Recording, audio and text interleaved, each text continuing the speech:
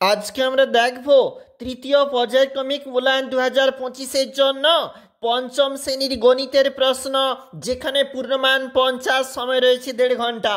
সায়ন তার স্কুলের বন্ধুদের এক সপ্তাহের অনুপস্থিতির তালিকা নিচে ছবির মাধ্যমে তৈরি করেছে। এই ছবি থেকে কিভাবে তথ্য জানা যাবে? 4x2 নাম্বার বলেছে এই প্রশ্নের জন্য। অবশ্যই দেখবে নিচে কিছুটা শূন্যস্থান আকারে প্রশ্ন, যেখানে তোমাকে সঠিকটা লিখতে হবে। সঠিক উত্তরটিতে টিক চিহ্ন দাও। 5x2 বলা রয়েছে এই শর্টগুলির জন্য, মানে এমসিকিউগুলির জন্য। পয়সাকে তুমি টাকায় পরিণত করো, 3x2 বলেছে, অর্থাৎ 6 নাম্বার রয়েছে এই 3টি প্রশ্নের জন্য। চলে যাব পরের যে পৃষ্ঠা, এটা হচ্ছে 2 নাম্বার পেজ। এখানেও রয়েছে নিচের জ্যামিতিক চিহ্নগুলি অঙ্কন করো।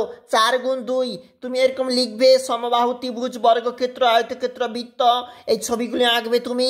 নিচের অঙ্কগুলি ঐকিক নিয়মে সমাধান করতে হবে। 3x6 18 নাম্বার রয়েছে।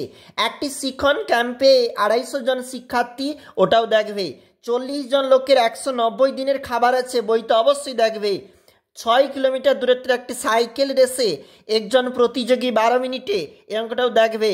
ভ্যান গাড়ি করে 3 কিলোমিটার দূরে এক জায়গায় মালপত্র, ওটাও দেখবে।